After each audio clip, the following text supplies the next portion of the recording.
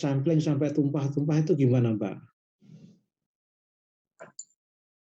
Begini Pak, jadi alatnya itu kan pakainya spluit Pak. Nah di ujung spluitnya itu ada namanya membran filler atau apa nggih Pak, sebentar.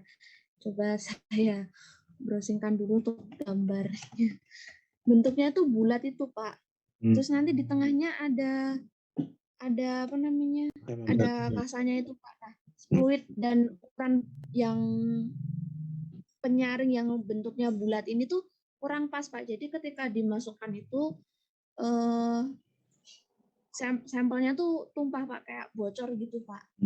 Seperti itu. Sebenarnya Jadi yang dari volume harusnya 6 malah jadi berkurang 5 atau mungkin lebih kurang lagi Pak, seperti itu.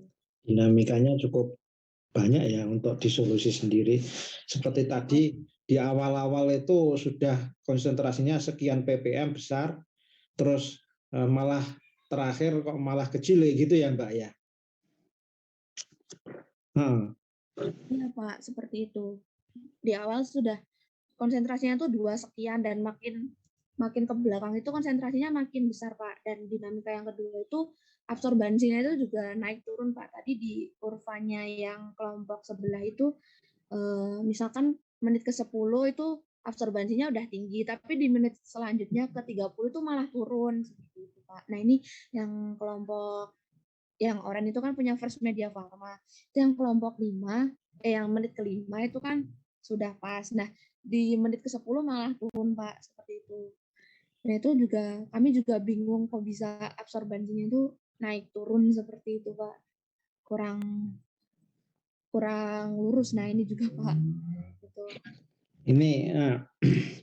Ini sangat bermasalah sekali ya Mas Mbak. Ya untuk mengetahui saja, ya ini kebetulan bukan Anda yang melakukan ya, yang kelompok sebelah ya ini ya, Indofarma ya. Iya ini, Pak, Indofarma. Ini sangat bermasalah sekali ini. Tempatmu masih mending ini, bagus ini. Yang oranye ini. Yang ini udah bermasalah ini. Ini ada trouble di solusi, entah itu faktor apanya harus ditelusuri, apakah faktor samplingnya yang bermasalah atau faktor alatnya yang agak bermasalah dan sebagainya. Ini yang menjadikan tadi itu dinamika yang namanya disolusi. Sebenarnya disolusi itu nggak boleh turun ya. Kan aneh kalau disolusi itu turun itu. Jadi kalau disolusi itu turun itu seperti tadi itu yang terakhir tadi kelihatan sekali yang bermasalah ini. Ini turunnya drastis sekali. Ini suatu yang sudah saya kira sudah nggak bisa kepakai ini yang Indofarma ini. Ini hal yang agak aneh ini dinamika di sini ini. Meskipun naik sampai di sini, tapi ini ada penurunan. Begini ya, mungkin faktor yang sangat krusial sekali tadi itu terkait dengan disolusi itu juga kita juga memperhatikan operatornya menggunakan sampling, memperhatikan apa itu proses samplingnya, mengalatnya. Nah, tadi itu penyaring ya, masalah sepele, masalah penyaringan. Penyaringan pun juga kadangkala kalau nggak pas alat yang digunakan, hasilnya seperti itu. Ada faktor bocor-bocor dan sebagainya. Ya, penyaringan pun sebenarnya itu teknisnya pun juga bervariasi. Bisa Anda memasukkan penyaring itu di spluit ya gitu, tetapi apakah di sana itu menjadi kendala apa tidak seperti disampaikan salah satu temanmu tadi, akhirnya masangnya kurang pas, akhirnya bocor. Itu kadangkala bisa jadi Anda menggunakan penyaring di luar, jadi di luar spluit. Jadi nanti Anda pada waktu mau analisa Anda saring dulu, Anda spektro Anda saring dulu, itu juga silahkan, itu boleh-boleh juga gitu. Itu kemungkinan besar itu kan yang namanya di awal-awal itu disolusi itu kan masih belum homogen benar di mediumnya. Medium yang Anda pakai berapa mili Mbak, Mas?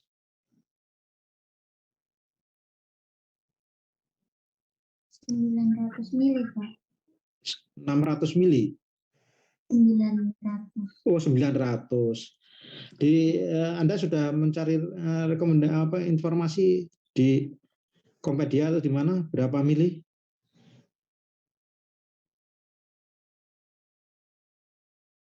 FDA ataupun yang lainnya, referensinya, ataupun farmakope, benar 900 mili.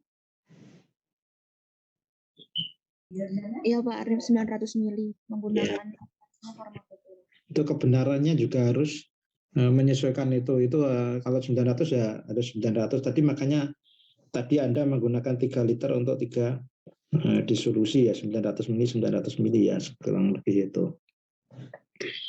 Itu Anda itu bermasalah juga, kemungkinan besar itu di titik awal itu masih pecahnya itu belum mungkin di sana, sehingga yang terambil kebetulan pada waktu nyempling yang terambil adalah konsentrasi yang cukup tinggi sekali, sehingga nanti bisa tidak mungkin seperti itu. Itu solusinya ya memang proses penyaringan itu yang butuh di.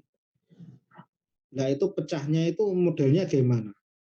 Pecah sedikit demi sedikit atau terkikis gitu, atau kan ada modelnya itu mengembang, ada yang mengalami erosi, ada yang mengalami erosi dan pecahnya besar-besar kayak gitu. Itu polanya gimana tablet Anda? Kalau waktu saya perhatikan itu tabletnya itu jadi kayak lama-lama melarut di McD gitu. Iya, sebelum melarut kayak gitu, berarti nggak pecah langsung pecah kayak gitu nggak? Berarti dikit demi sedikit kayak gitu ya? Iya.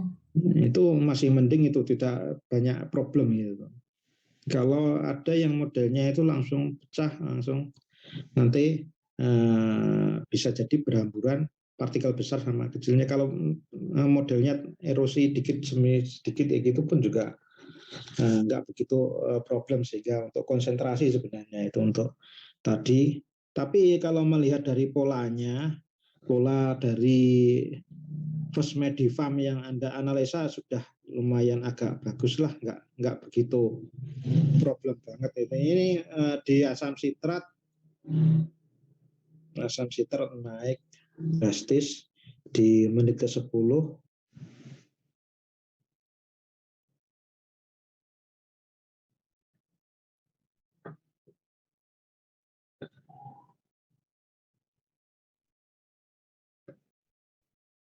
Ini kok saya bingung ya, persen rilisnya kalau di atas 140 ya, bener apa enggak yang hitungnya ini ya? Ada yang 160. Ini hitungan sebentar, ini tak sharekan ya PPT-nya Anda. Ini kebenaran, ini saya bertanya ya untuk saling tidak hanya memberi penilaian ya saya itu. Jadi kalau saya memberi penilaian, saya bertanya terus-menerus, tidak memahamkan malah.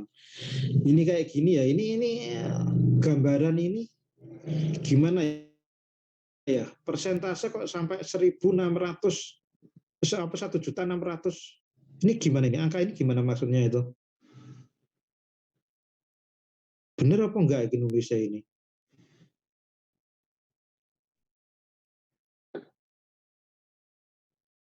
Terus untuk berikutnya, ini juga demikian.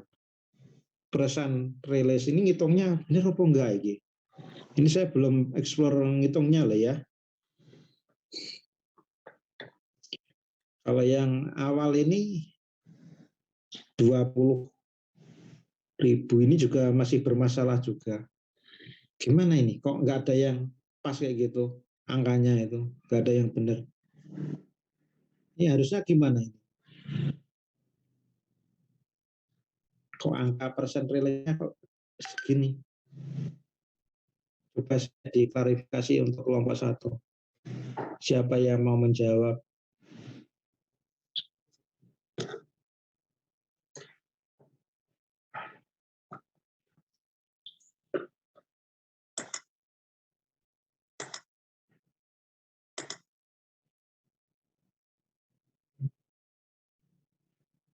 Halo? Oke, Pak. Begini, Pak. Jadi itu sepertinya kurvanya untuk satuan yang dinilai Y-nya itu sepertinya masih salah, Pak. Jadi untuk yang medium citrat itu di sini rata-rata sekitar ya agak besar itu pakai nilai AUC-nya, Pak. Sepertinya. Ya, pakai nilai AUC-nya. Bukan Nilai AUC atau persen rilis? ini pakai nilai berapa, Pak? 29. AUC Iya, ini pakai nilai AUC AUC. ini gitu. AUC ini paling besar ini angkanya itu koma atau titik tuh ini? Titik, Pak. Kok titik kok di Titik itu jadi itu kan pakai ini, Pak, Excel. Nah, di Excel-nya itu koma berarti. pakai titik, Pak. Jadi titiknya itu sama dengan koma seperti itu, Pak. Oh, berarti kayak gini pun juga nanti kalau menulis di Indonesia kan juga harus dirubah ya ke koma ya. Kalau Anda mungkin menggunakan bahasa Inggris atau presentasi ke bahasa Inggris nggak apa-apa pakai titik tetap. Ini paling tinggi saya lihat ini kalau AUC ini Anda 1A ya. AUC-nya ada 3.000 apa 2.370. 2.370. Nanti kok nggak muncul. Kalau AUC pun salah, kalau persen rilis pun juga salah, Mbak. Gimana ya?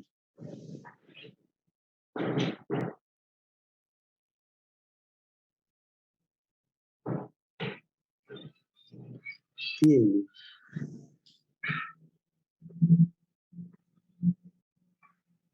Untuk asam fosfat juga ada yang 1.103 ini 1.103 ya nggak ada di sini. Persentilnya juga nggak pas, AUC juga nggak pas. Mungkin ada yang bisa nerangkan kelompok 1.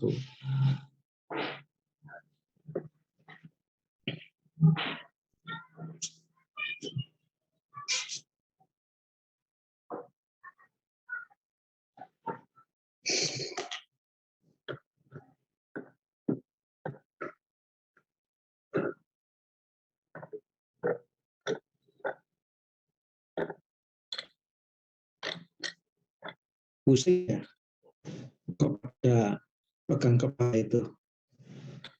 Kayaknya kok sekolah di farmasi stres ya.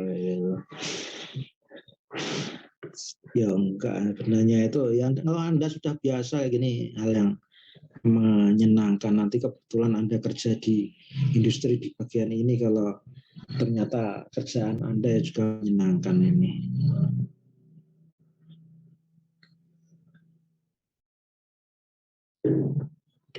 Oke, gimana? Nih gambarnya nggak ada yang benar itu,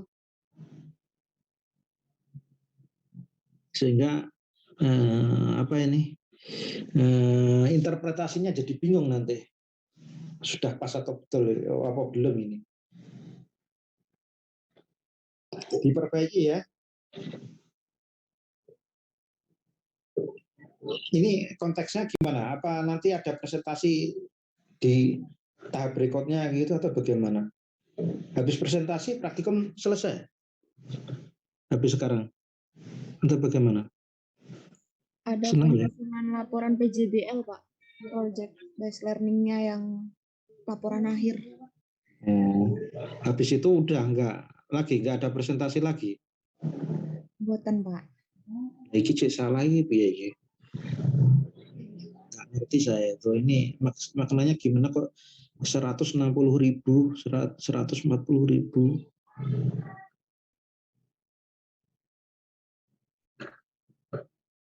Bahkan yang kalau ini di medium HCL masih kecil, tapi kalau ini malah 1.800.000. Waduh, kok bisa ya? Ini 1 juta.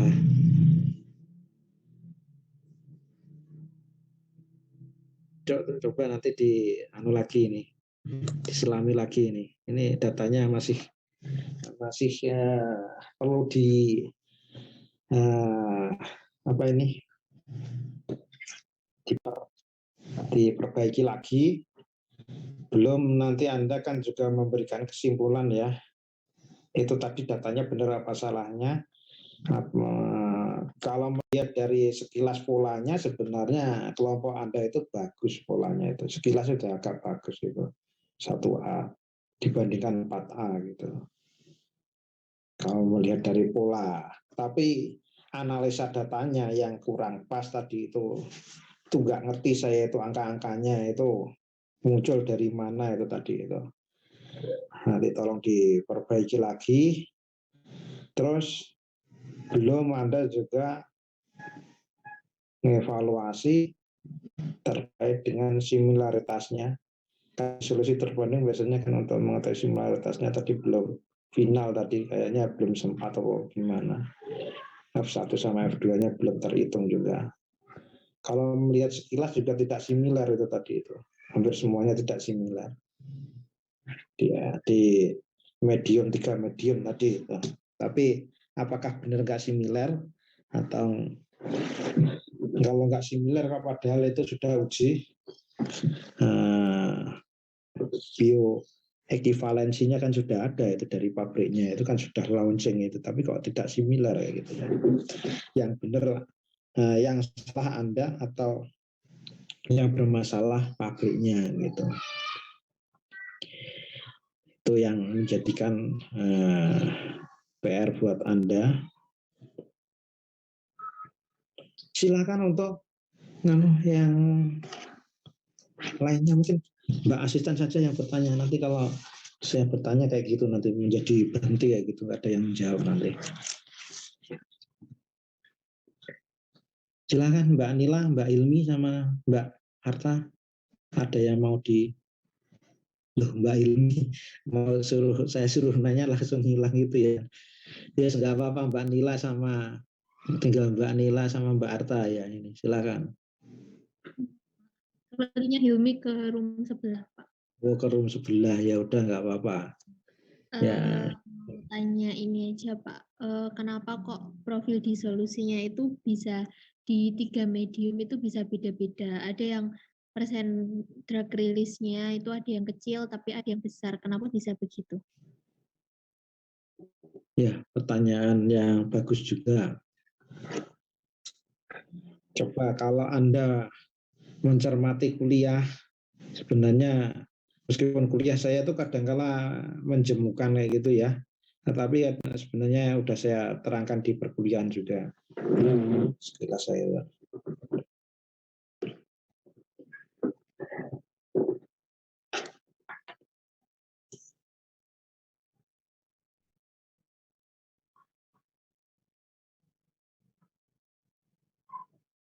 Ayo.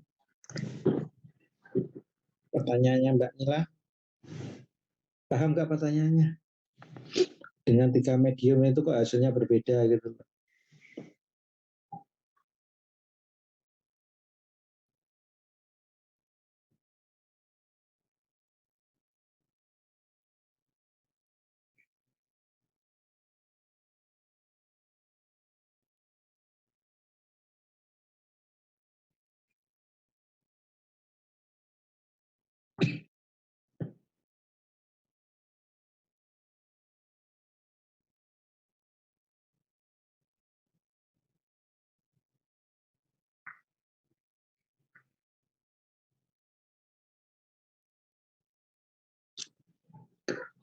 Berhenti ya? Iya silahkan.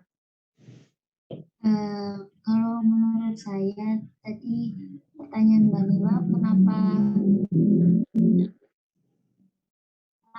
profil disolusinya berbeda gitu kan Pak? Kalau menurut saya itu karena mungkin ini absorpsi obat furosemid sendiri itu nggak semuanya sama di medium yang berbeda karena mungkin furosemid lebih baik di pH yang basah atau mungkin lebih buruk di pH yang asam. Itu Pak menurut saya.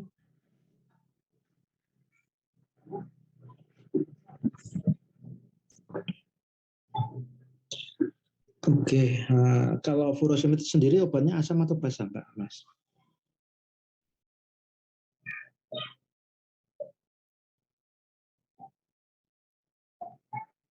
Apa? Mbak Sabila, Mbak Kalimatus, Mbak Kalimatus keluar nggak? Nggak ada itu Mbak Kalimatus. Ya udah yang Furosemid basa Pak. basa, Iya. basa. Kok malah bagusnya di di medium basa, Mbak?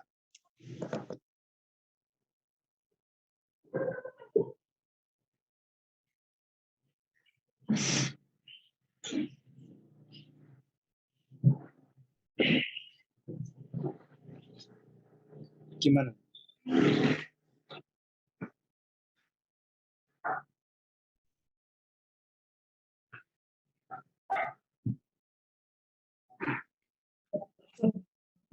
Karena di medium basa obatnya kan jadi terion, Pak.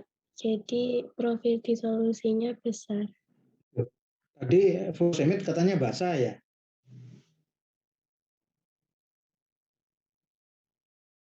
Iya Mbak, Mbak Salsabila. Asam, Pak. Asam. Iya. Oh, asam. Terus akhirnya terion, akhirnya dibasa. Nah, terionkan ya, betul. Terus akhirnya disolusinya lebih besar mana antara di HCl sama di tadi itu di fosfat tadi?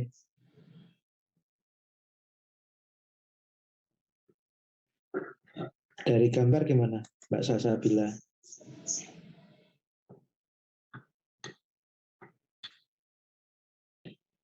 Tinggal cerita dari gambarnya, besaran mana?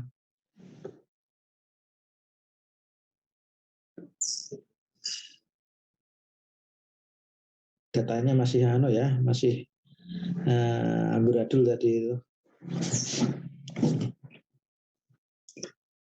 Sebenarnya data dari tabel itu malah masih agak masuk ya ini ya.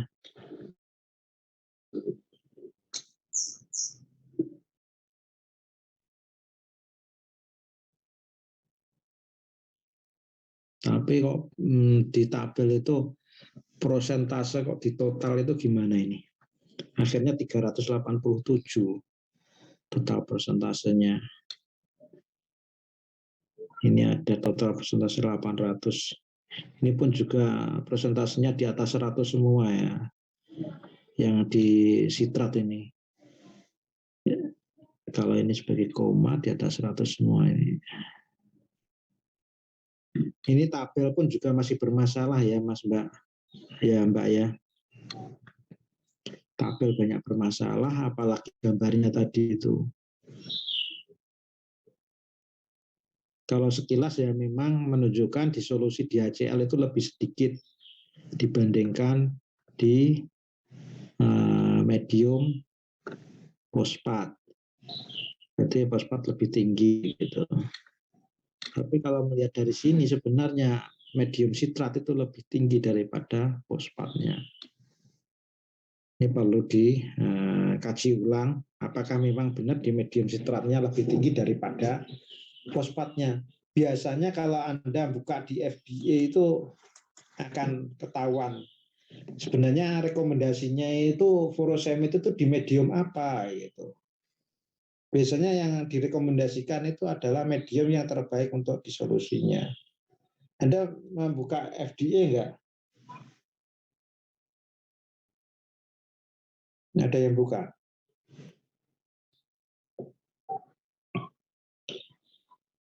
Ataupun mungkin di farmakope tertentu menyampaikannya di medium apa enggak hanya FDA.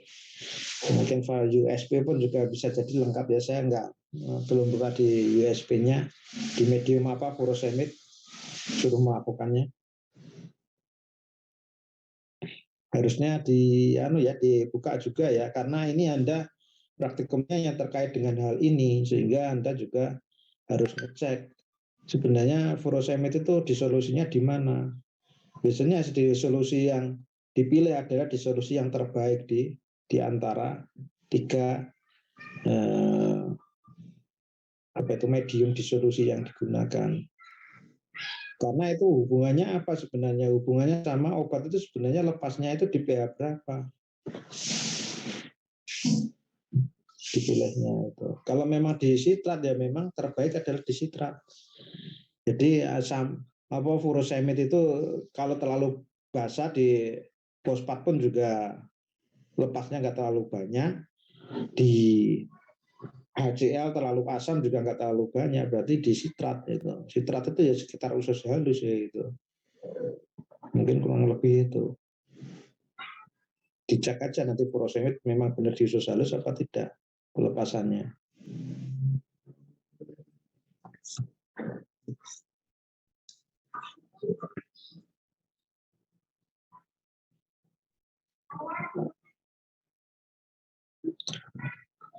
Oke, pertanyaan Mbak Nila tadi. Ada yang mau bertanya lagi?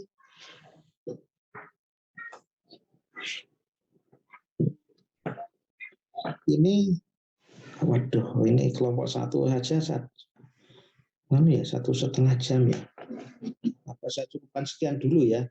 Nanti kasihan kelompok yang lainnya hanya pendengar nanti 1,5 jam dikali 3 itu berapa? 4,5 ditambah itu jadi 5 jam 5 lebih ya 5 lebih.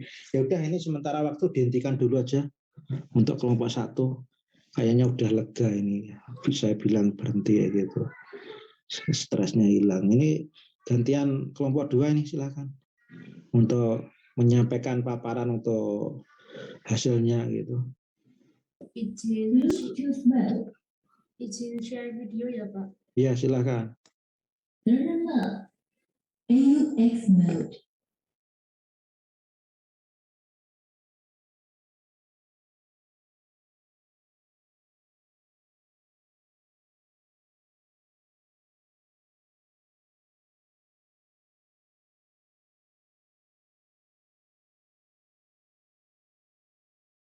Apakah sesi saya sudah terlihat? Sudah Mbak, silakan. Iya Pak, saya mulai nih. Assalamualaikum warahmatullahi wabarakatuh. Kami dari kelompok 2A akan mempresentasikan hasil kerja kami mengenai perfusi. Berikut video presentasi dari kelompok kami.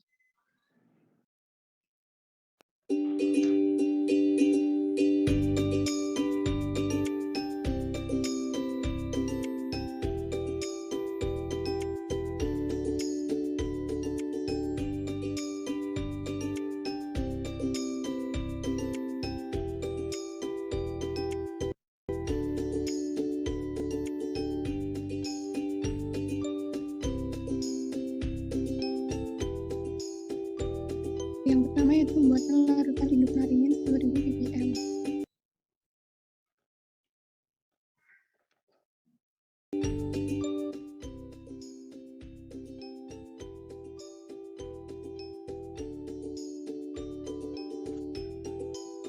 Belum menimbang bahan, kertas aluminium ditarak terlebih dahulu.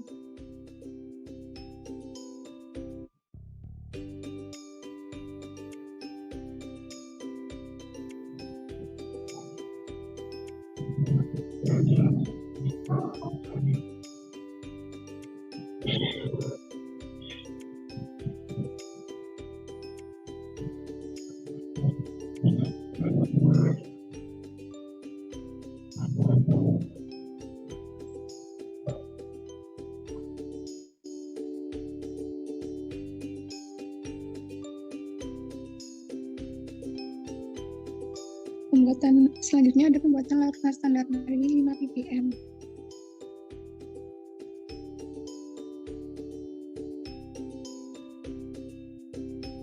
Buat dari larutan induk 10.000 ppm sebanyak 10 ml. Lalu ada penentuan panjang gelombang maksimal.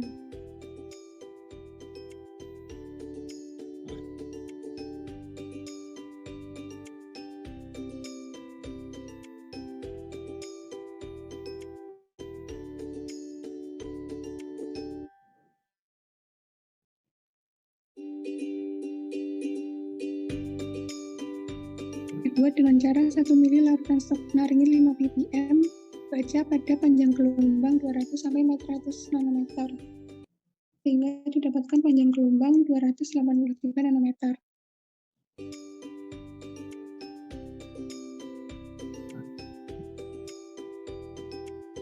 Ini ada pembuatan kurva kalibrasi.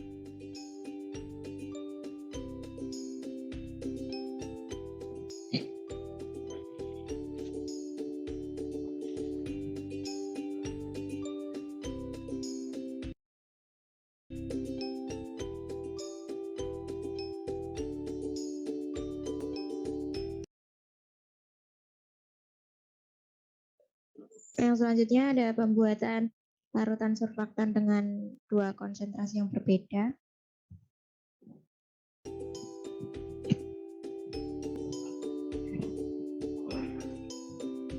Ini setiap twin ditimbang.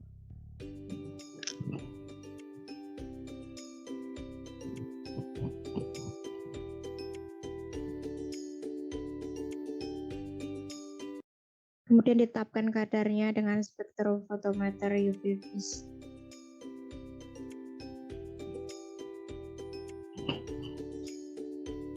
Dan sebelumnya larutan surfaktan tadi dikasih naringin dulu 1 mili 5 ppm. Selanjutnya adalah penyiapan hewan uji.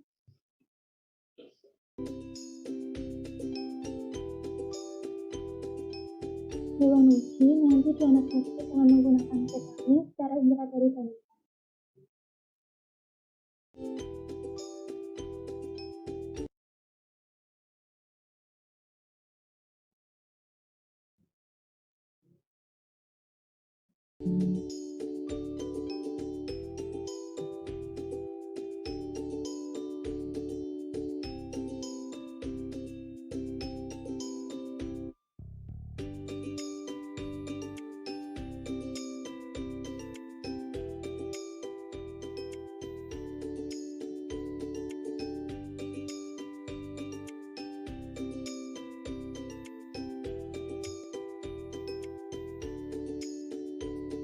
setelah tikus pingsan, tikus dibedah dan ditentukan kandang sus yang akan digunakan.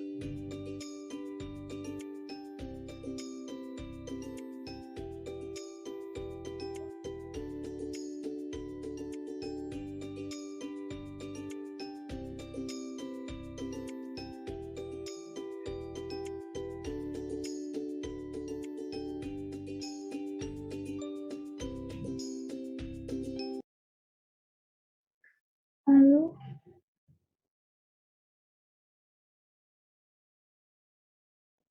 Selanjutnya ada pengujian absorpsi obat secara in vitro.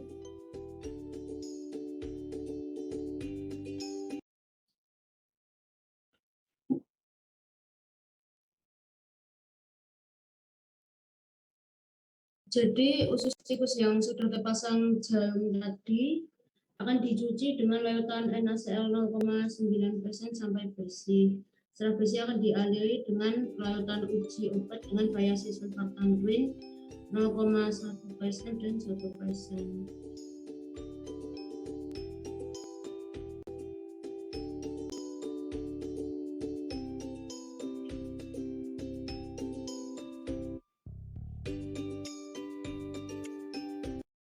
Hasil aliran obat akan diletakkan pada vial untuk diuji absorpsinya.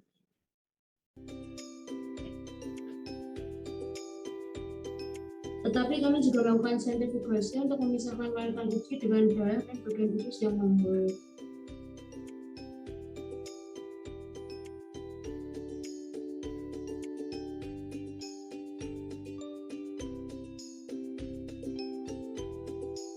Adalah dilakukan pengukuran panjang dan diameter usus dalam sentimeter. Jadi untuk diameter usus akan dikonversi menjadi sentimeter. Berikut hasil yang kami buat dari praktikum ini. Yang pertama ada kurva kalibrasi. Yang kedua ada kadar awal larutan uji. Pemberlakuan yang Ketiga ada kadar akhir layutan uji setelah pelakuan. Yang keempat ada PAPP atau profil permeabilitas. Yang kelima ada persentase obat terabsorpsi dan tidak terabsorpsi.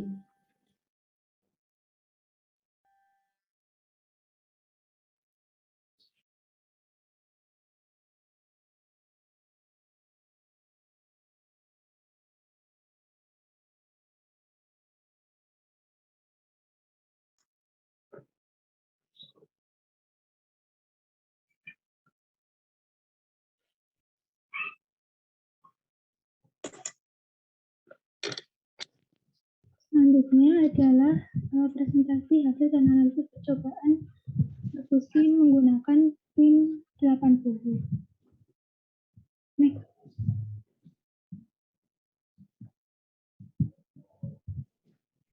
Untuk kelompok 2A ada Alfi, Zakia, Eta, dan saya sendiri Gina.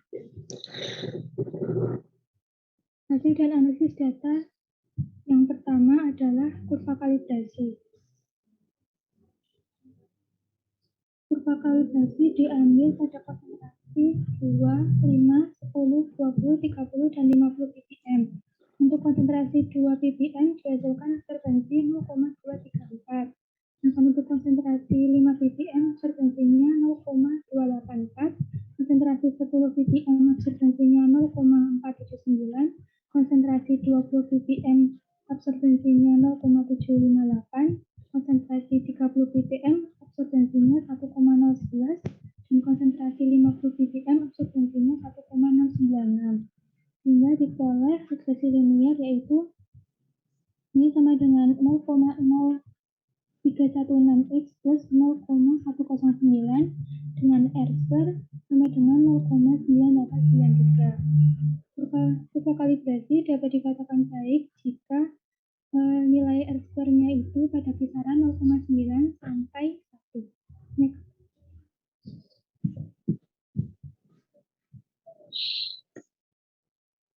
Selanjutnya hasil dari kadar awal larutan uji. Untuk konsentrasi twin yang digunakan itu ada 0,1% dan 1%, dilakukan 2 kali replikasi. Lalu didapatkan hasil absorbensi pada tipe 1 dengan konsentrasi 0,1%, absorbensinya 0,28, tipe 2 dengan konsentrasi 1%, absorbensinya 0,334, lalu tipe 3 dengan konsentrasi 0,1%, absorbensinya sebesar 0,304, dan tipe 4 dengan konsentrasi 1%, hasil absorbensinya sebesar 0,039. Serta kadar awal obat didapatkan dari perhitungan absorbensi dikurangi dari B persamaan regresi linear bagi A dikali FP, sehingga didapatkan hasil kadar awal obat seperti yang tertera pada PPT. Next. Lalu ini untuk kadar air larutan ujinya. Konsentrasi twinnya sama seperti tadi, dengan 2 kali replikasi didapatkan hasil absorbensi seperti yang tertera pada PowerPoint, tetapi pada tipe 1 itu mengalami kematian, jadi baru sampai 10 menit itu tikusnya mati, lalu tidak dilanjutkan. Next. Ini untuk layout-nya. Next.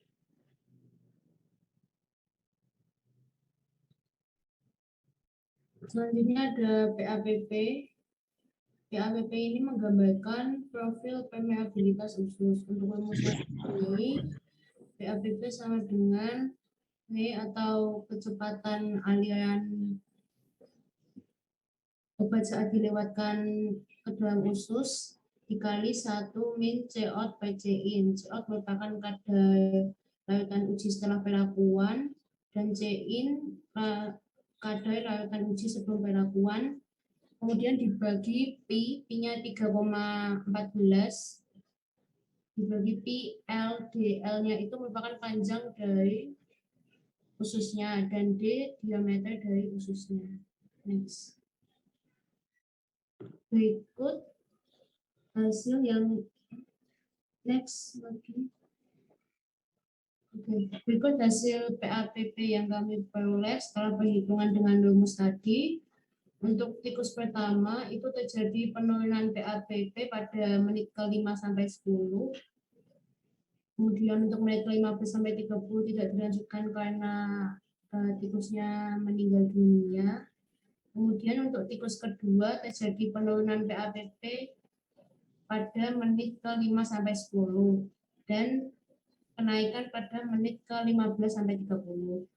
Untuk tikus ketiga terjadi penaikan PAPP pada menit ke-5 sampai 10, kemudian penaikan pada menit ke-10 sampai 15, kemudian terjadi penurunan PAPP pada menit ke-15 sampai 20 dan terjadi penaikan lagi pada menit ke-20 sampai 30. Untuk tikus keempat terjadi PAPP konstan pada menit ke-5 sampai 10. Kemudian terjadi kenaikan pada menit ke-10 sampai 15 dan penurunan pada menit ke-15 sampai 30. Sehingga hasil yang kami peroleh ini tidak sesuai dengan teori yang berlaku. Seharusnya nilai PAPP itu akan semakin besar sebanding dengan bertambahnya waktu. Hal ini dikarenakan semakin tinggi nilai PAPP, maka waktu obat di dalam membran akan semakin lama, sehingga absorpsi obat itu akan semakin maksimal dan efek terapeutiknya akan lebih tercapai. Ketidaksesuaian hasil yang kami peroleh ini dapat ditimbulkan karena yang pertama itu kurang maksimal dalam proses pencucian usus menggunakan NaCl 0,9%. Terus yang kedua itu dapat juga karena lambatnya waktu pengosongan lambung, sehingga dapat memperlambat absorpsi obat di usus, karena beberapa tikus yang kami pakai itu ada yang belum dipuasakan. Kemudian penyebab yang ketiga bisa jadi karena kemungkinan usus yang telah terpotong itu mengalami penurunan fungsi sehingga absorpsinya tidak maksimal. Next. Yang selanjutnya ada persen terabsorpsi dan tidak terabsorpsi. Nah, untuk yang persen terabsorpsi itu digunakan rumus C out atau kadar akhir dibagi kadar awal dikali 100%. Kemudian untuk persen terabsorpsinya 100% dikurangi persen tidak terabsorpsi. Nah, ini hasil persentase obat yang tidak terabsorpsi. Di sini rata-rata hasilnya besar, yaitu lebih dari 100%. Yang mana pada tikus 1 dari menit ke-5 sampai menit ke-10 itu mengalami kenaikan.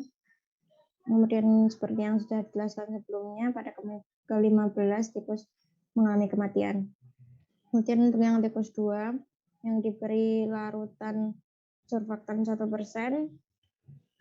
itu persen terabsorpsinya dari menit ke-5 sampai menit ke-15 mengalami kenaikan, kemudian pada menit ke-20 dan 30 mengalami penurunan.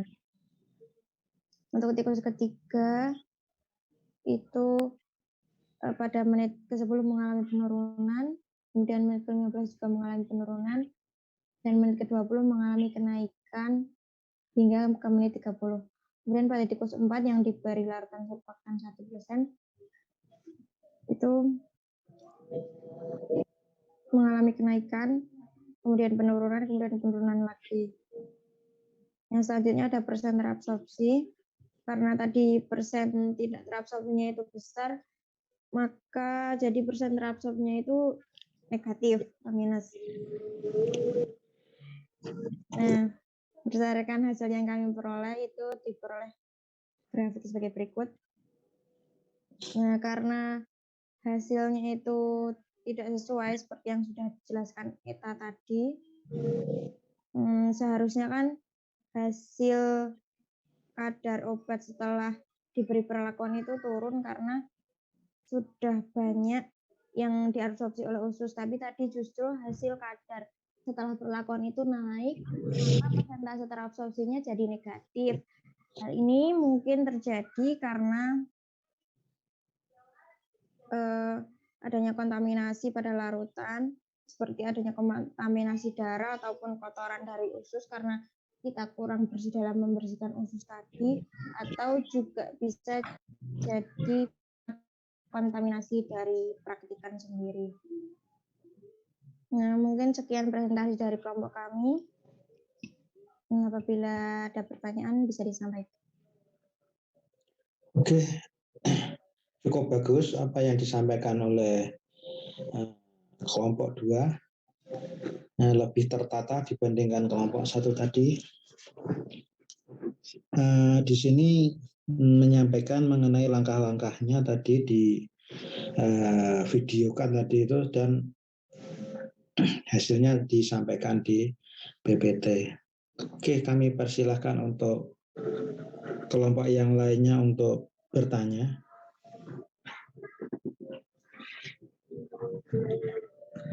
Yang nggak paham silahkan ditanyakan juga nggak apa-apa gitu.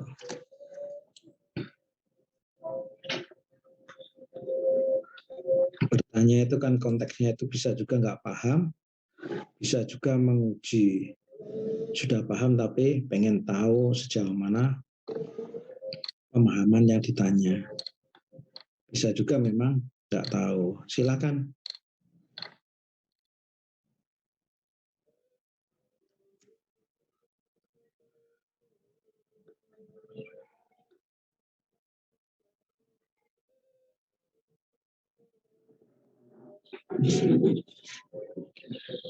Kok kayaknya sudah nggak semangat itu, apa udah capek ya? Apa sudah? Iya, silakan.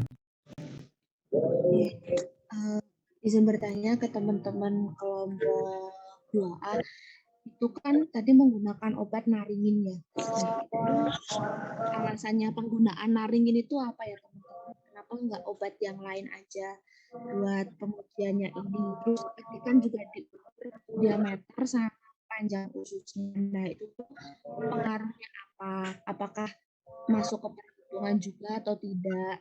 Seperti itu. Mungkin itu saja.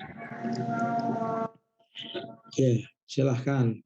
Pertanyaannya mungkin siapa tahu Mbak Praisti nggak ngerti. Wow, ini narigen ini tuh fungsinya untuk apa? Tolong diterangkan oleh kelompok 2. Karena tadi kan kenapa kok alasannya menggunakan naringin?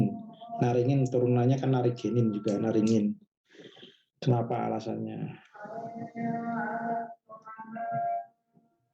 Mungkin izin menjawab pertanyaan yang kedua tadi dulu, Pak. Yang data diameter usus dan panjang usus itu tadi digunakan buat nyari PPAP-nya atau profil permeabilitas. Kan profil permeabilitas itu menggambarkan kemampuan usus dalam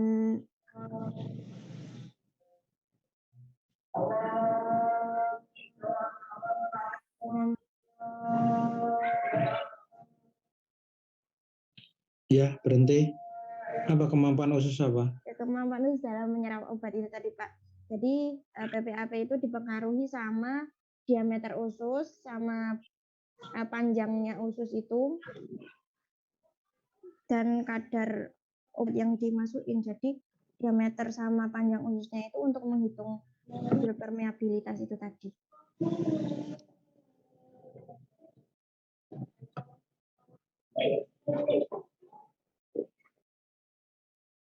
Gimana Mbak Praisti? Ya, sudah cukup jelas untuk panjang dan diameter ususnya tadi. Pertanyaannya belum lengkap juga ya, tadi belum ada yang belum terjawab ya tadi ya. Ya, Pak. Silahkan untuk.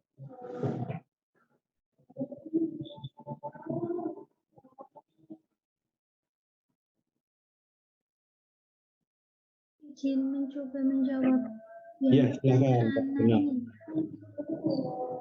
Ya, jadi naringin itu senyawa turunan dari nadigenin.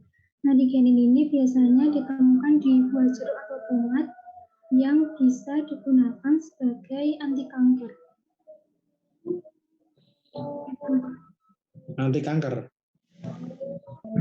Okay. Anti kanker apa antioksidan ya Mbak ya?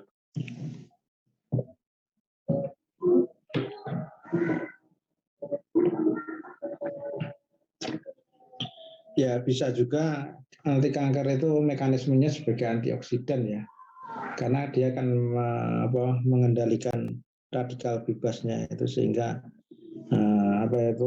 radikal-radikal yang menyebabkan menyerang sel-sel normal itu bisa berhenti kayak gitu. Ya sebenarnya cenderungannya ke arah karonadigenin ini ya bisa memang sebagai anti kanker, tapi mekanismenya sebagai itu mungkin salah satunya juga antioksidan itu, atau sebagai untuk mengikat radikal bebasnya. Oke. Nah ini terus dasarnya apa kok menggunakan naringin di sini, naringin ini? Berarti ya itu tadi ya sebagai anti kanker. Tapi kenapa kok memilih obat itu? Itu mungkin yang menjadi pertanyaan Mbak Praisti kayak gitu ya mungkin ya. Iya Pak, kenapa pemilihannya naringin? Apakah karena absorpsinya lebih cepat jadi lebih mudah praktikum atau bagaimana? Seperti itu Pak.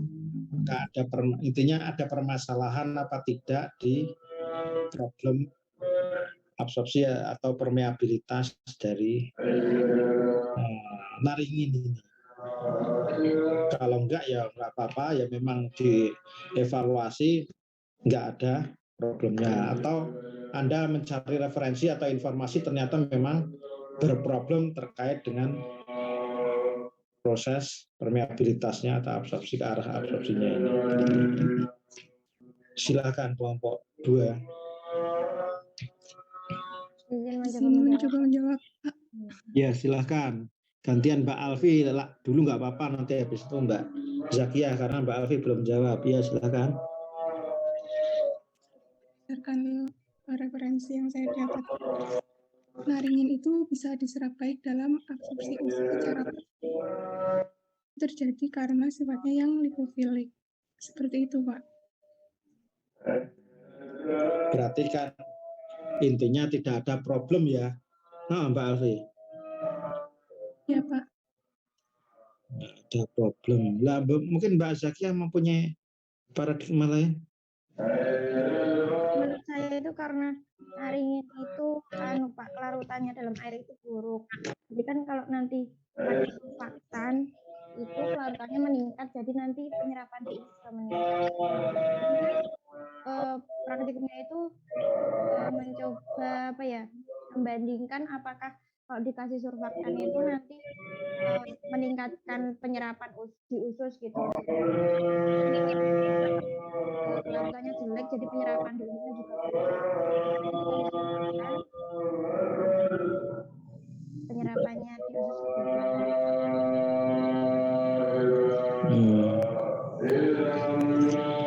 Itu sebenarnya ini arahnya yang dikaji cenderung ke arah absorpsinya ya, bukan ke arah kelarutannya lagi. Jadi ya memang ada fungsi di sana surfaktan ditambahi, tetapi dalam artian bukan surfaktan untuk meningkatkan kelarutan, tetapi meningkatkan absorpsinya atau permeabilitasnya di sana, sehingga nantinya mudah terabsorpsi gitu obatnya. Dengan kalau nggak salah tadi itu, ini persen absorpsinya ada yang 0,1, ada yang 1%. Surfaktannya hanya Twin saja ya Mbak ya, Mbak Zakia? Atau ada surfaktan yang lainnya? Yang lain kelompok lain. Oh, Anda pakai Twin saja tapi beda konsentrasi gitu ya? Iya.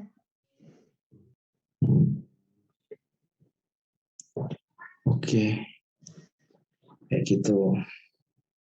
Jadi ya dalam hal ini bisa jadi memang nggak ada permasalahan yang disampaikan oleh Mbak Alfi. Mungkin udah cari informasi ternyata nggak ada permasalahan, namun diperbaiki, pengen memperbaiki kan nggak ada salahnya, nggak ada problem. Tapi memang pengen mengevaluasi apakah ada pengaruh surfaktan di sini terkait dengan absorpsinya.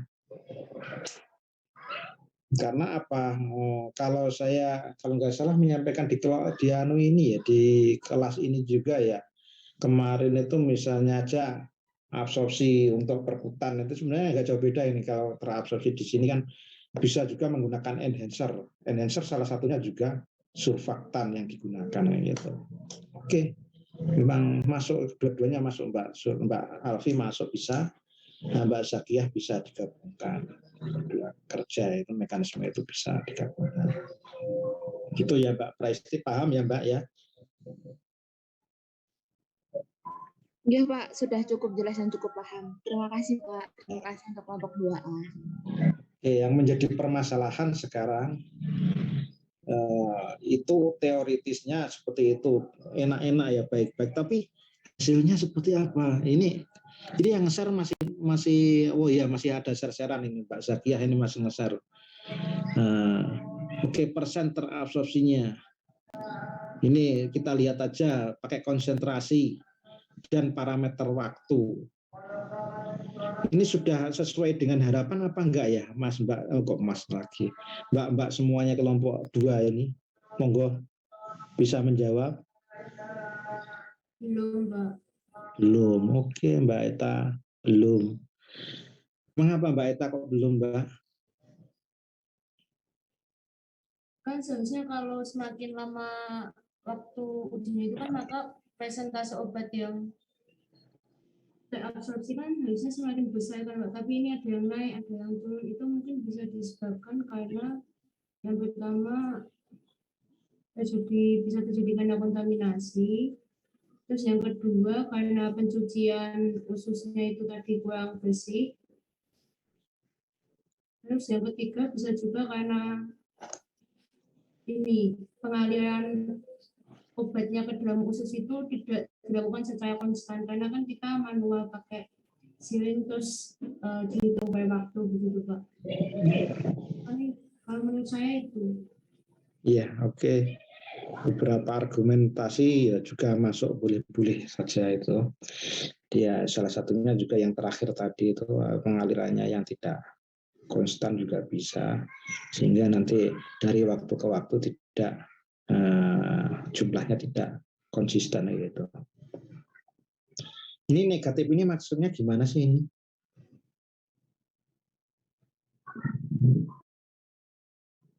Kok ada yang positif, ada yang negatif, ini gimana maknanya ini? Angka ini.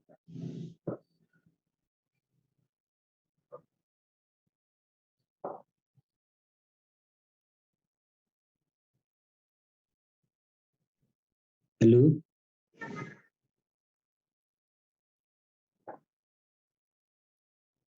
Izin mencoba Pak. Iya, Mbak Alfi. Menunjukkan tidak ada obat yang diabsorpsi oleh usus. Tidak ada obat yang diabsorpsi oleh usus. Kok mau sampai negatif ya? Dan negatifnya gede banget, itu ada yang sampai minus 723.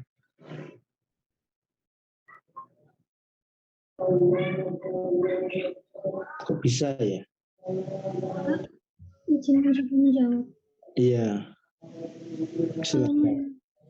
Kalau menurut saya itu karena kadar obat awal sebelum diberi perlakuan sama kadar obat awal setelah diberi perlakuan itu naik. Itu ada kesalahan kontaminasi, jadi kadarnya nggak cukup.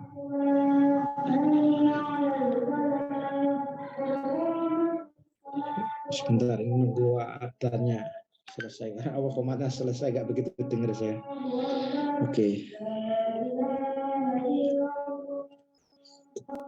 Ya, itu berarti negatif itu sebenarnya nggak logis ya, tidak masuk akal ya, Mbak ya? Iya, Pak. Ya, oke. Ya, jadi data ini pun juga, ini untuk pembelajaran memang ini susahnya lebih banyak daripada mudahnya. Susah gampang. Jadi susahnya 2 kali, gampangnya sedikit kayak gitu sekali. Ini sudah ke arah apa ini, makhluk hidup itu dinamikanya cukup banyak sekali.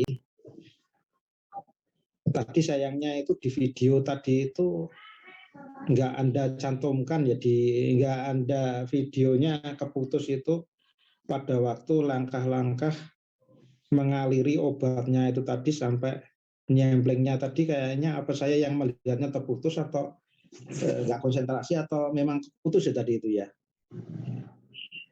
Dari kami memang menampilkannya hanya sekilas, Pak. Sekilas tapi kurang lengkap itu di sana itu bagaimana proses mengalirkannya nggak begitu terlihat, terus bagaimana nyemplingnya itu kan yang paling utama itu. Jadi proses mengalirkannya sama proses nyemplingnya, sehingga akan lebih tahu seperti apa tahapan sosial. Ya meskipun tadi itu ada nggak konsisten ataupun masalah-masalah yang lainnya atau pembersihan yang kurang bersih dan lain sebagainya. Ini terkait dengan dari waktu, tapi dari konsentrasi pun juga unik ini. Konsentrasi surfaktan naik, misalnya aja tikus 1 ke tikus 2. Ini malah turun semua, ya Mbak? Nah, kita konsentrasinya naik malah turun ya Mbak ya? Iya, Pak. Ya. Nah, yang tikus 1 ke 2 loh.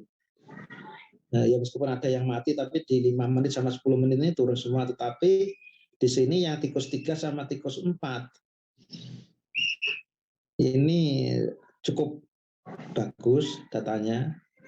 Ya meskipun di kondisi berikutnya di 15, 20, 30 itu turun lagi, ini menjadi sulit untuk teranalisa. Inilah dinamika kalau Anda menggunakan apa itu tikus ataupun evaluasi yang lainnya. Ini pun juga harusnya kayak gini kan juga bahasanya itu tikus 1 direplikasi dengan tikus 3. Jadi meskipun kalau ada aturannya kan tikusnya tidak hanya itu, ada aturannya itu. Saya tolong dicarikan juga nanti untuk aturan itu, bahwa ternyata caranya replikasi itu berapa banyak tikus yang digunakan atau yang dievaluasi setiap kali uji tersebut. Ini kan hasil replikasi 1 sama 3, 2 sama 4. Ini kan juga replikasinya saja sudah hasilnya banyak yang bertolak belakang. Ini menjadikan data ini dalam satu sisi ya memang sulit untuk teranalisa atau apa itu, nggak bisa menggambarkan data yang seharusnya itu seperti apa gitu, sulit untuk diprediksi atau masih perlu pengujian lagi. Tapi ya seperti ini juga kalau di solusi yang kelompok 1 mungkin sebenarnya variabelnya atau parameter kegagalan itu lebih sedikit kalau di persentase dibandingkan ini. Tapi semuanya tetap ada potensi permasalahan. Dan ini pun juga hampir sama dengan kelompok 1 tadi, datanya sulit untuk teranalisa. Ya enggak Mbak kelompok 2? Iya, Pak.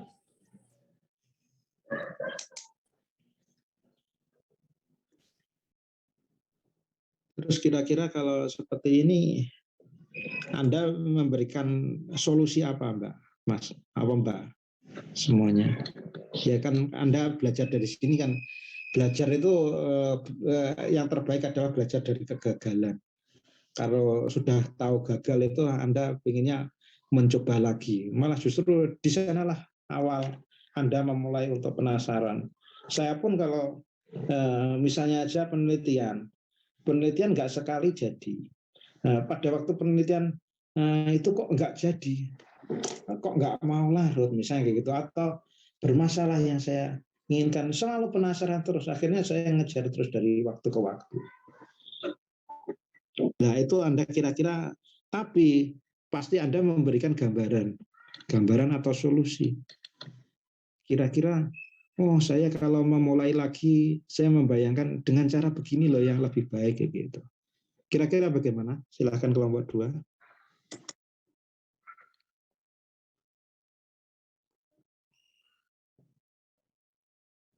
Izin menjawab ya Pak. Ya silahkan. Mungkin untuk yang pertama itu lebih yang pertama itu untuk aliran saat pengaliran lautan ujinya ke usus itu lebih konstan, dapat menggunakan seperti yang di bawah di bawah infus itu Pak, yang netes. Jadi kan alirannya lebih konstan, bisa diatur gitu. Misalnya namanya kanula atau apa ya? Yang paham. Mungkin yang pertama itu bisa lebih konstan dalam mengaliri lautan uji ke dalam ususnya. Terus yang kedua, saat mencuci khususnya pakai NaCl itu bisa lebih bersih. Yang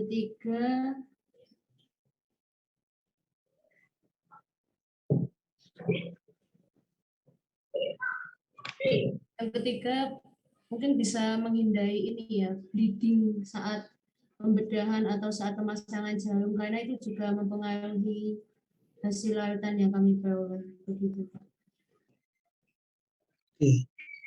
Anda sudah bisa memberikan cerita seperti itu, sebenarnya Anda sudah bisa menyadari dari kegagalan Anda bahwa ternyata ada beberapa hal yang nanti coba Anda perbaiki terkait dengan penelitian itu, entah itu nanti Anda untuk penelitian skripsi ataupun apa misalnya kayak gitu ya, atau ke depan, atau intinya Anda sudah ngerti maknanya di sana, meskipun belum tentu nanti hasilnya juga seideal atau sebaik yang Anda lakukan. Tapi dengan Anda itu kemungkinan memang lebih baik daripada data sekarang, gitu ya. Kalau sudah lebih baik dari data sekarang, oh ternyata lebih baik, berarti solusinya itu. Tetapi ada permasalahan lain muncul di sana, nanti akan Anda inventarisasi lagi. Sehingga Anda bisa, itulah tahapan yang namanya eksplorasi. Anda mencari informasi-informasi untuk penelitian dan sebagainya, itu di sini Anda pentingnya untuk mencari data-data tersebut. Oke, tapi di sini sebenarnya data ini juga belum komprehensif juga menyampaikan. Ini data panjang gelombang belum, meskipun tadi itu ditampakkan di video tadi sekilas, tapi saya juga belum nampak naringinnya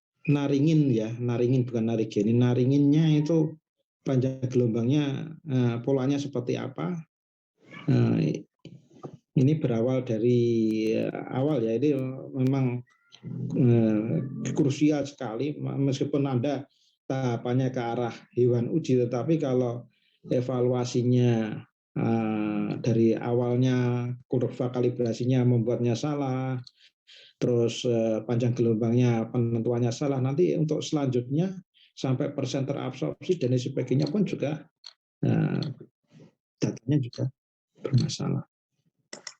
Kalau di kelompok satu tadi itu sekilas ditampakkan, oh ada muncul dua puncak itu. Kalau tadi sekilas itu saya mengamati, tapi di naringin ini tadi belum tertampakkan panjang gelombangnya di panjang gelombang berapa, apakah satu puncak atau tadi itu nggak saya tanyakan di kelompok satu karena waktunya juga 1,5 jam tadi udah. Kalau di sini ini gambarnya seperti apa gitu? Ada yang mendokumentasikan nggak?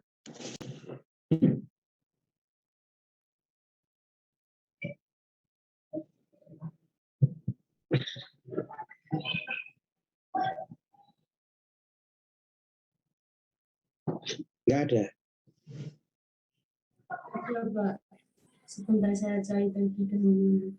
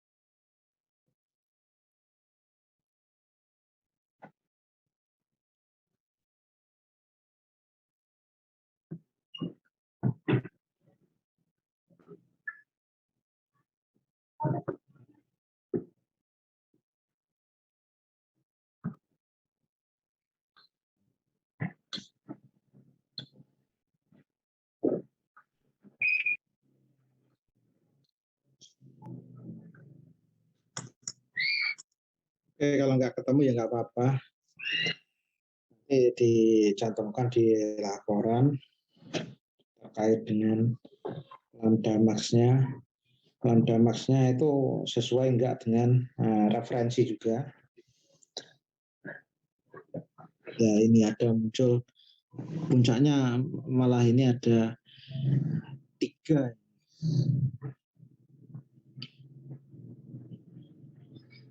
Terus yang dipilih yang mana ini?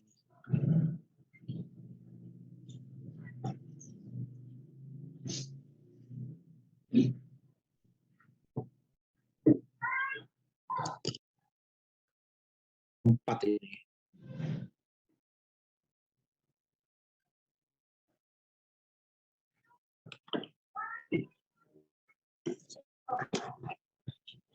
Ini absorbensinya sampai nggak begitu terlihat ya sampai di tempat saya itu sampai 1,06 ya.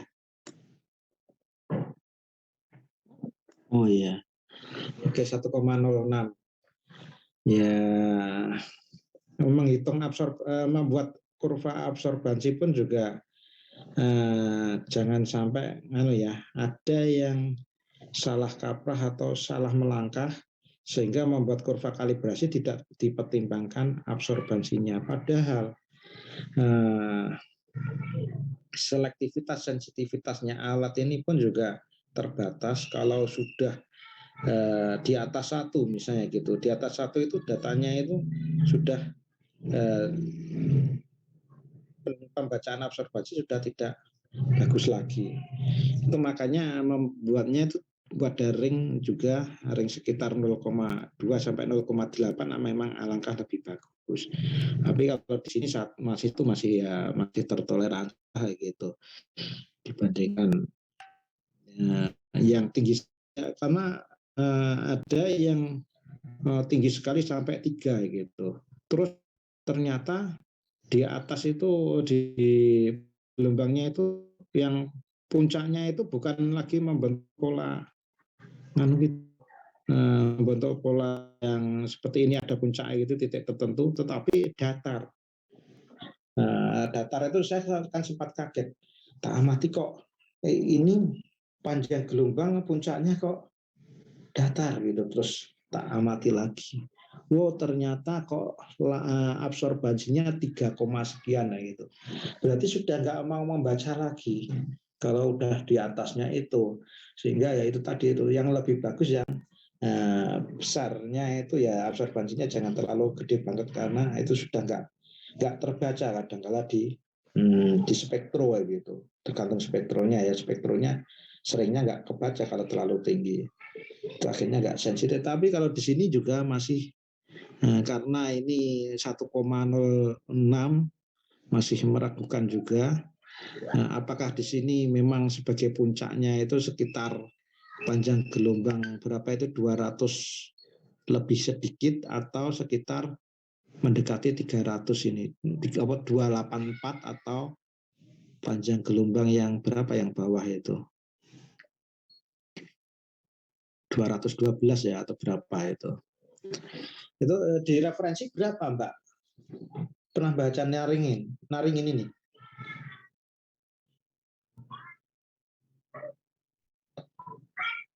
Yang Anda gunakan yang mana?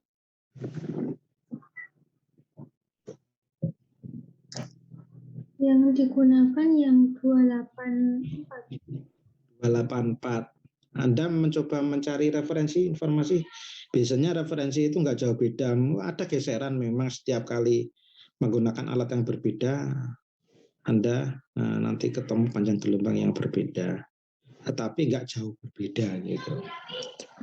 Referensi berapa? Referensi sekitar segitu juga, Pak. Oh iya.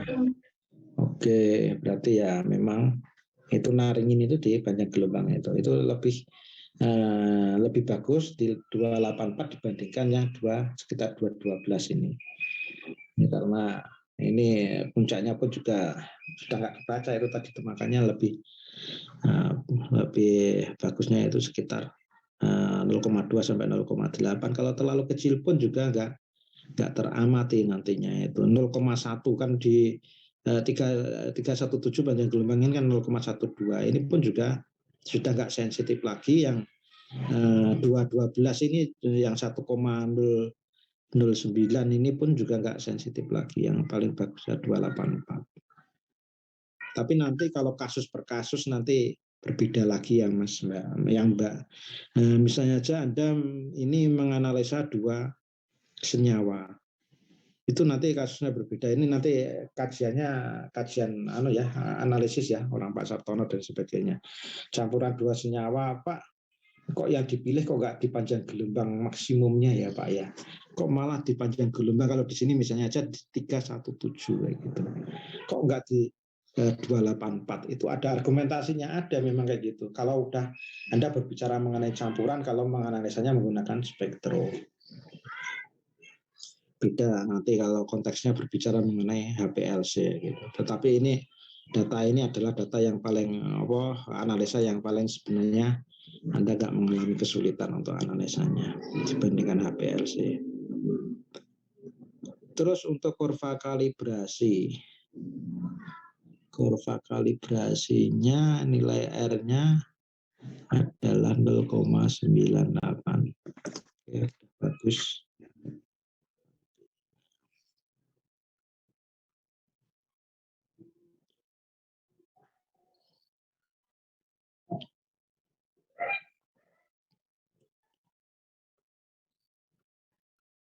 Ya sekilas itu yang terkait dengan perfusi.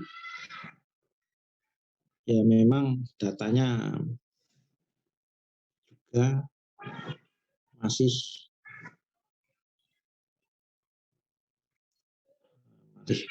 gimana ya, masih ya belum ya seperti tadilah, apakah kesalahan itu di analisanya atau kesalahan itu di Anda prosesnya. Bisa jadi seperti ini. Ini sebenarnya tinggal menganalisa. Menampilkan itu kan menganalisa ya. Tetapi data yang ini pun juga masih membingungkan. Ada persen terabsorpsi, mosok persen terabsorpsi sampai 800% ya. Benar apa enggak ya? Terus yang ini juga ada yang kalau negatif bahasanya kan mungkin tidak terabsorpsi ya. Sampai negatif 800 ini. Ini pun juga masih saya juga bingung Anda menganalisanya dengan cara apa. Apakah Anda ngitungnya yang salah?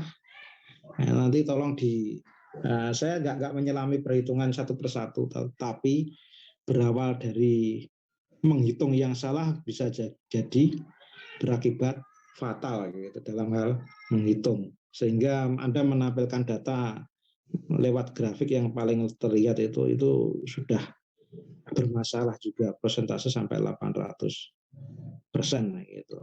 Itu sudah ya identik dengan tadi itu, dengan disolusi tadi itu.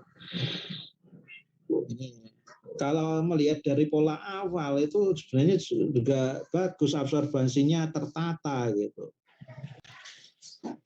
Ini kan kelihatan sekali kalau di sini kadar awal laju larutan uji. Kalau berdasarkan ini konsentrasinya twin, ini masuk di akal ini. Masuk di akal, masuk sekali ya gitu. Meningkat absorbansinya dengan twin ya gitu. Tapi setelah belakangan menjadi bermasalah datanya, makin bermasalah gitu. Nah bermasalahnya itu di mana gitu? Anda coba menyelami lagi selain yang disampaikan oleh Mbak Eta tadi. Kalau Mbak Eta tadi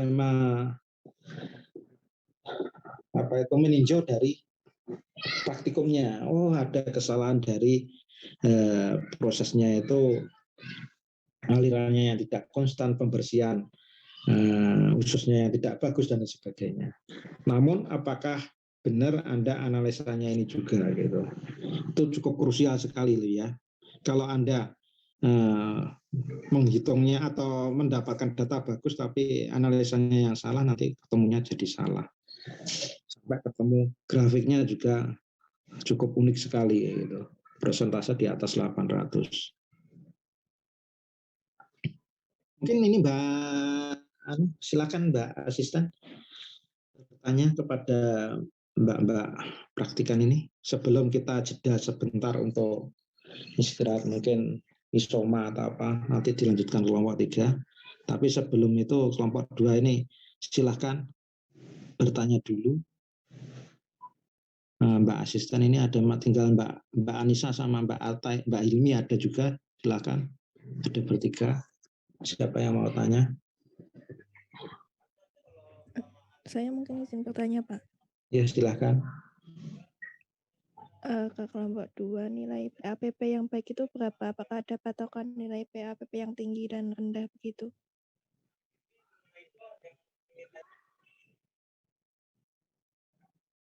Nah, itu pertanyaan yang krusial juga yang terlewatkan di saya.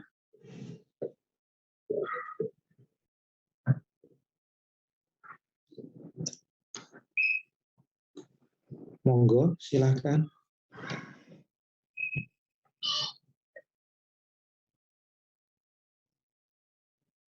Izin mencoba menjawab, Pak Mbak.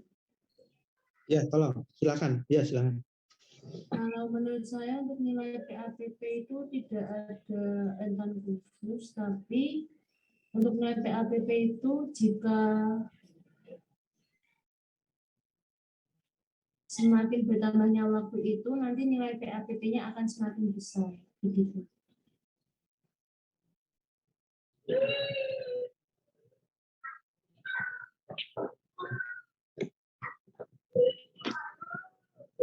Ini tadi siapa sih jawab? Ini tadi saya nggak lihat. Saya Pak. Oh, ya. Gimana Mbak Anissa? Jawabannya benar apa salah, Mbak? Iya, Pak. Benar.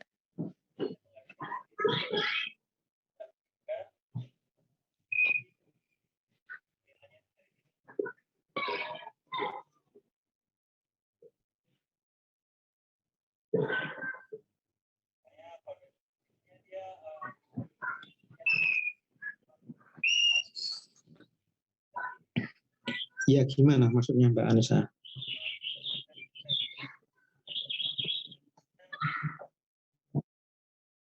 Saya membaca itu ada yang ini, Pak. Kalau nilai PAPP-nya antara 2 kali 10 pangkat min 6 sampai 20 kali 10 pangkat min 6 itu berarti dia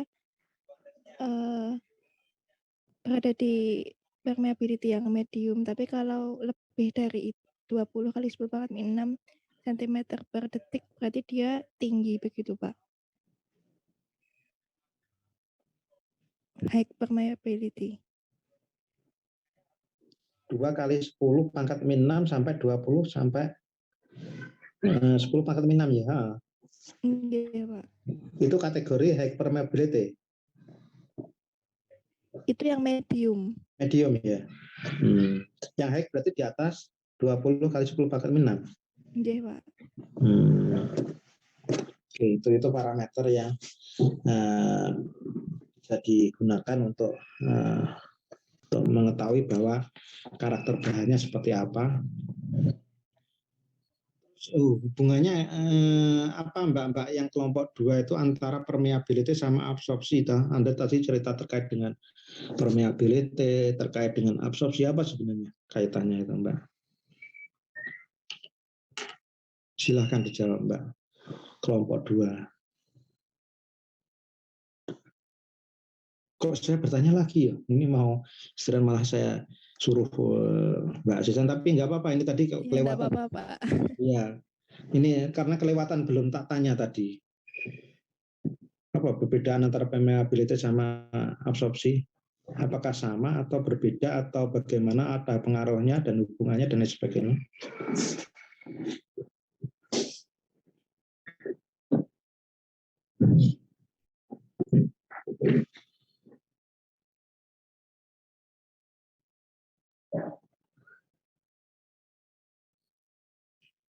Silakan Mbak Eta atau Mbak Alfi atau Mbak Vina, Mbak Zaki. Izin menjawab, Pak. Ya, silakan. Untuk nilai PAPP itu kalau semakin tinggi, maka nanti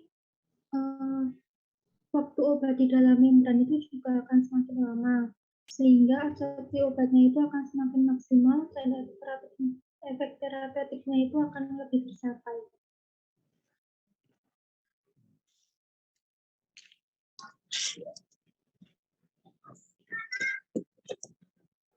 Mungkin ada yang mau argumentasi lain atau itu sama dengan Mbak Vina?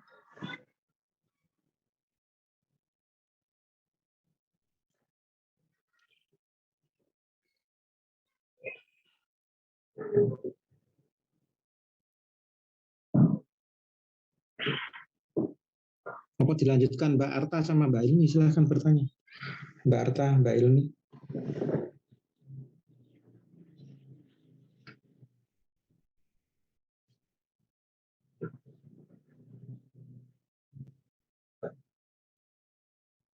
Enggak ada, udah cukup.